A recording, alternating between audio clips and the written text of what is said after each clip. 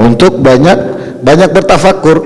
Jadi nanti dilihat, oh dia diam-diam tadi itu ngapain? Oh tafakur fi ma khalaqahullah, terhadap apa yang Allah ciptakan. Jangan berkhayal tentang Allah, lah stop, gifu, Nabi, berhenti. Jangan kamu khayalin Allah, itu nggak boleh. Akhirnya nanti kamu malah mentajsim Allah begini, Allah begini. Nah, itu berbahayanya orang yang kalau dia bukan orang yang alim, dia khalwat, sok-sokan khalwat lah, menyendiri, itu berbahaya, sangat berbahaya. Tapi kalau dia awam, dia dianjurkan khalwat kalau di luar ini tidak ada kepentingan. Faham ya? Nah, kemudian dawamus shaum, dia hendaknya senantiasa berpuasa. Artinya dia menahan dirinya dari segala macam hawa nafsu, dan mungkin dia bisa puasa Senin, Kamis, Daud dan sebagainya. Walhasil dia berusaha untuk menjaga dari hal-hal yang tidak Allah senangi. Itu imsak namanya. Secara bahasa puasa, shaum itu artinya imsak, menahan. Maka kalau kita lihat keterangan Imam Ghazali, kalau tidak salah dalam Ihya itu beliau mengatakan puasa itu salah satunya ada 3 bagian, ada 3 jenis puasa. Salah satunya shaumul khas sama shaum khususul khusus. Jadi shaumul awam, puasanya kita ya dari terbit matahari sampai terbenamnya matahari, dari terbitnya fajar shadiq sampai terbenamnya matahari. Kemudian puasanya orang yang khusus, selain tadi itu dia juga menjaga hal-hal yang dari segi adab seperti tidak menggibah dan lain sebagainya. Dan shaum khusus orang yang paling khusus ini para anbiya dan rasul. Maka puasa orang khusus itu bagaimana? Dia tahan dirinya, tidak menggunjing, tidak berbicara, tidak merendahkan dan lain sebagainya. Ini susah sekali. Tapi ya begini cara dapat cintanya Allah. Kita pengen dapat cintanya Allah, tapi Allah larang kita ngegibah, hari-hari kita ngegibah. Kita pengen dapat cintanya Allah, Allah larang kita berzina, hari-hari kita berzina. Makanya kata Ustaz Mundir apa? Orang datang ke majlis goncengan sama pacar dengan tujuan memperbaiki diri, kata Ustaz Mundir, sama seperti orang nyuci baju pakai air seni.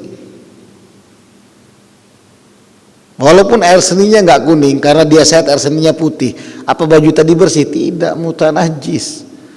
Baju tadi najis, bau iya. Jadi mesti diperhatikan benar-benar. Kemudian dawamus sukut, banyak diam, karena berbicara tanpa zikir, artinya berbicara selain zikir yang sekiranya bermanfaat, itu bisa mematikan cahaya zikir. Jadi ucapan-ucapan kita ini yang nggak manfaat hari-hari, itu yang ngebuat muka kita redup. Selain kita ninggalkan sholat, maksiat, itu juga buat cahaya iman dari wajah itu nggak kelihatan. Loh, cahaya iman itu gimana sih? Apa mukanya glowing? Nggak harus glowing putih, itu tidak. Tapi mukanya itu enak dipandang. Sampai kalau ahlullah, orang-orang solihin, para aulia Allah itu disifatkan Nabi SAW, hum idza ru'u dzukirallah. Mereka itu dilihat saja sudah ingatkan kita sama Allah. Kalau tidak salah ingat, Habib Jindan itu pernah menjelaskan, jangankan wajahnya, seandai kata ada potongan dari anggota tubuhnya, seumpama tangannya saja yang keluar, itu sudah mengingatkan kita sama Allah. Itu mereka ahlullah. Berarti mereka ini benar-benar menjaga lisannya dari berbicara hal yang tidak bermanfaat. Dijaga benar-benar. Makanya dulu tuh kalau tidak salah Sayyidina Umar bin Khattab, oleh Sayyidina Abu Bakar As-Siddiq, lupa saya, itu beliau meletakkan batu kerikil kecil-kecil dalam mulutnya. Agar apa? Agar kalau mau berbicara itu berpikir dulu, manfaat nggak. Karena min husni islamil mar'i tarkuhu ma la ya'ni. Kata Nabi SAW, di antara baik Islamnya seseorang ini pemeluk agama Islam yang baik, yaitu dia meninggalkan sesuatu yang tidak bermanfaat baginya, baik dari ucapan apalagi perbuatan. Maaf. Wa dawamu dzikir, kemudian senantiasa dalam keadaan berzikir. baik dia dalam keadaan duduk, berdiri, tidur, berjalan, fil hadar wala fis safar, dia lagi di daerahnya atau dia lagi keluar kota, dimanapun tidak merubah posisi Allah dari hatinya. Kemudian yang terakhir, yang keenam, rabtul qalb, mengikat hatinya dengan Allah. Dia paksa terus. Ini fungsi yang kita lakukan hari-hari dari memperbanyak zikir. Sebut nama Allah, la ilaha illallah, la ilaha illallah, sehari 1000 kali, 2000 kali, 3000 kali, 5000 kali, 10.000 kali, 100.000 kali zikirnya seumpama. Ini tujuannya untuk membiasakan hati, biar dia tidak mengingat selain Allah. Bib, saya cukup zikir pakai hati, nggak bisa juga. Cukup di lisan saja pun tidak bisa juga.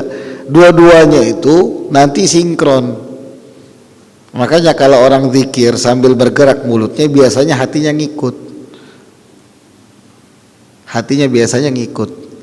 La ilaha illallah, la ilaha illallah, la ilaha illallah. Nanti hatinya ngikut, atau Allah, Allah, Allah, Allah, Allah, Allah. Dawamu zikir. Apalagi faedah dari zikir itu banyak sekali. Yang paling utama apa? Ada ma'iyah, kebersamaan dengan Allah. Bukan lagi sama manusia, bukan sama saya, bukan sama siapapun, bukan, tapi bersama dengan Allah. Dalam hadis qudsi Allah berfirman, ana ma'a abdi haitsu taharrakat syafatah bi, atau kama qala, aku senantiasa bersama hambaku selama bibirnya dia bergerak menyebut namaku. Allah, Allah, Allah, Allah, Allah, Allah, Allah, Allah. Dia ingat Allah terus, dia senantiasa bersama Allah. Oh, ini istimewa. Jangan dilihat lagi pahalanya. Kalau sudah sama Allah, kamu tenang kok. Gak bakal la khaufun alaihim walahum yahzanun. Dia saya zikirnya banyak kok, saya nggak ngerasakan itu. Ya kan nggak bisa langsung instan. Nggak ada yang langsung instan. Mie instan saja itu masih butuh waktu. Mie instan itu masih butuh waktu. Nggak ada mie instan bim salabim langsung masak. Sekali buka jebret langsung jadi nasi, nggak ada. Apalagi kamu pengen dekat sama Allah, bim salabim jadi. Oh, tidak sama Fernando. Allah ini bukan jaluk yang kamu datangin kasih 10.000 senang. Atau bukan kayak Andre, apalagi kayak Bang Asrul, diberikan rokok naam langsung dekat, akrab. Ini Allah ini Tuhan, Malikul Muluk, raja, sang maharaja dari segala macam raja yang ciptakan semua. Baru kamu berharap dengan menyebut nama Allah sekali kamu langsung dekat sama Allah, langsung punya ma'iyah sama Allah. Kita ini bukan nabi, makanya butuh proses. Butuh proses terus. Itu fungsinya guru yang bimbing kita dalam berzikir. Nanti dia ngelihat, oh kamu baca ini, banyakin yang ini, kurangin dosis yang ini. Loh kenapa kok zikir aja ada yang dikurangin? Kok beda-beda? Karena setiap huruf dari Al-Quran, setiap huruf dari zikir itu punya punya rahasia. Mungkin bagi yang agak sedikit penakut, apalagi pulang malam, coba perbanyak baca kalimat la ilaha illallah.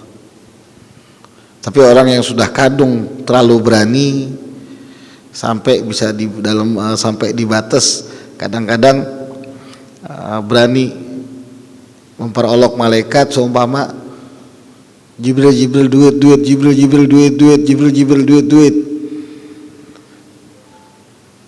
Nggak nyindir, tapi ada yang begitu kan. Hendaknya dia banyak-banyak baca sholawat biar agak takut sedikit sama Allah. Jadi semua itu ada porsinya. Kan tidak melulu manusia itu makan nasi. Ada sih yang makan nasi tuh. Nggak ada nasi, paling nggak ada sambal sama kerupuk, pas begitu. Ini porsi saya makan, Habib. Ada yang sepiring kayak anak, ada yang 2 piring kayak Asrul. Asrulnya kecil-kecil, makannya banyak tapi karena dia untuk ibadah. Insyaallah, barakallahu fikum. Wahakadha. Jadi dawamu mengikat hati sama Allah. Dan yang terakhir, yang ketujuh, kata Imam Junaid, nafyul khatir khairan kana au syarran.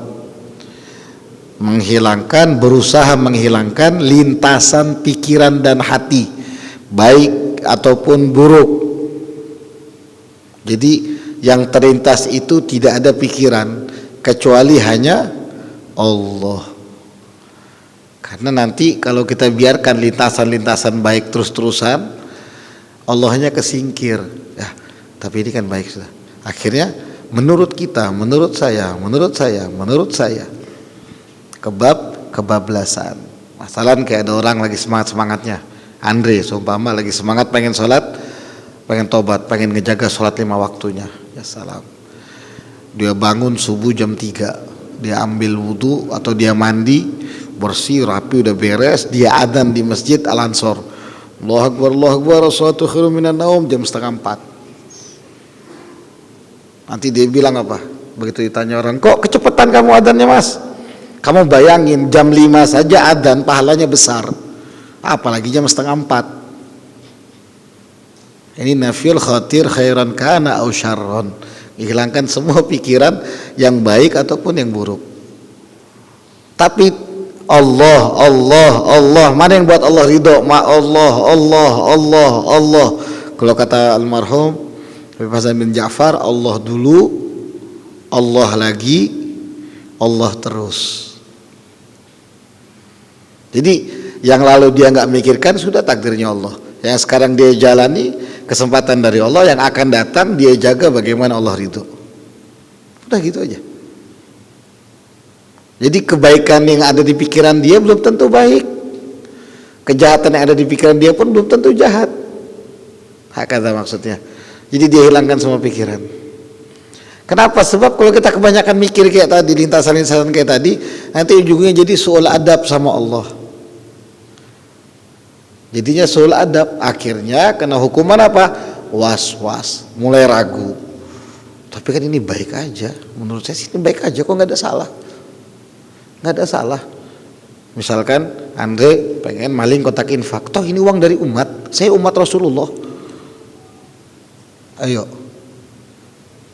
kan uang itu dari mana? Dari umat, ditaruh di kotak infak untuk umat. Yang maling itu siapa? Apa bukan umat? Jadi kan soal adab, akhirnya hukum-hukum yang telah Allah tetapkan tadi dia tabrak. Waliyadzubillah. Ini maksudnya. Karena yang namanya adab sama Allah dengan apa? Kata Habib Muhammad bin Abdullah Al-Haddad, beliau mengatakan yang namanya adab, akhlak itu ya kamu kerjakan apa yang Allah perintah, kamu jauhi apa yang Allah larang, dan kamu berusaha tidak mengerjakan hal yang sekiranya itu tidak bermanfaat, tidak berdosa, tidak juga berpahala, itu tidak manfaat.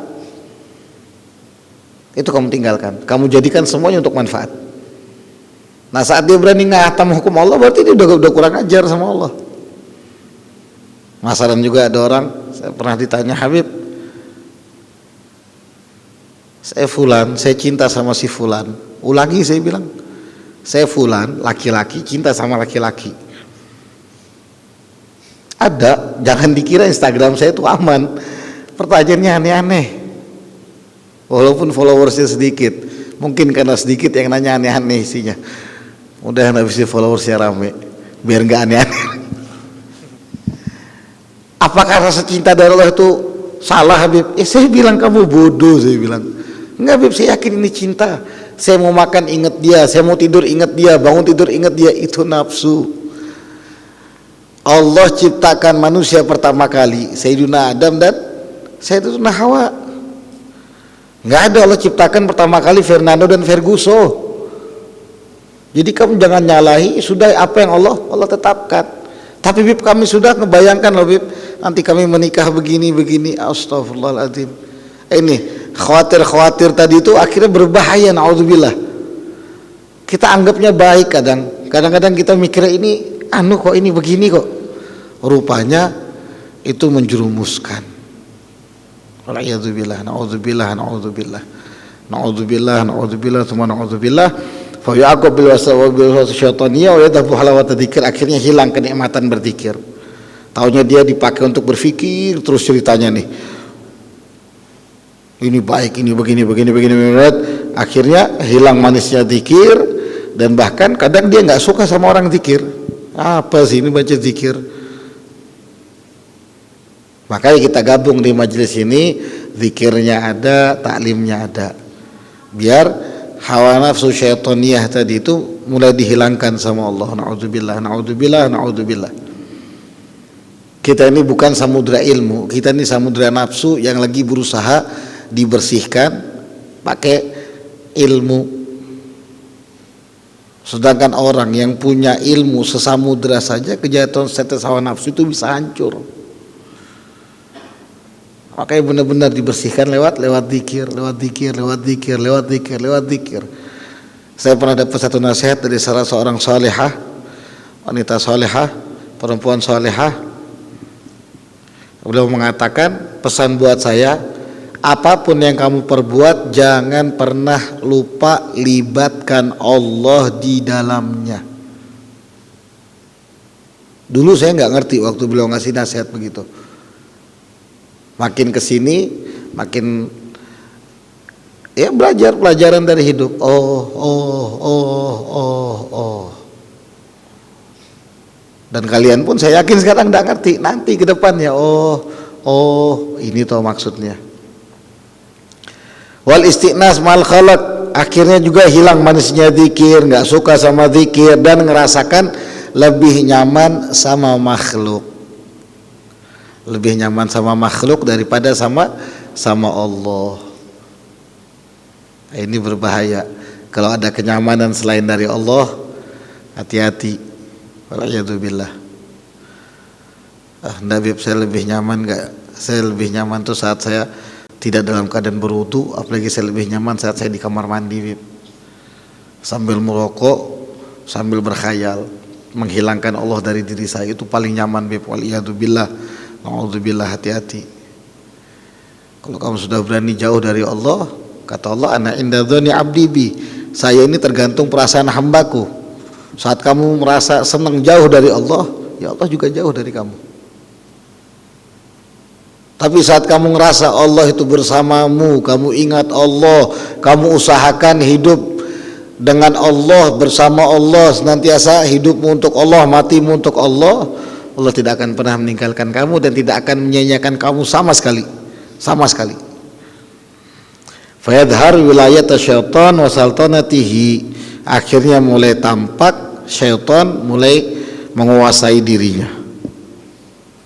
Wah, ini kawan-kawannya syaitan mulai, walaupun pakainya seperti ulama, fatwanya sesat menyesatkan, bukannya mendatangkan kedamaian, saling ngadu domba.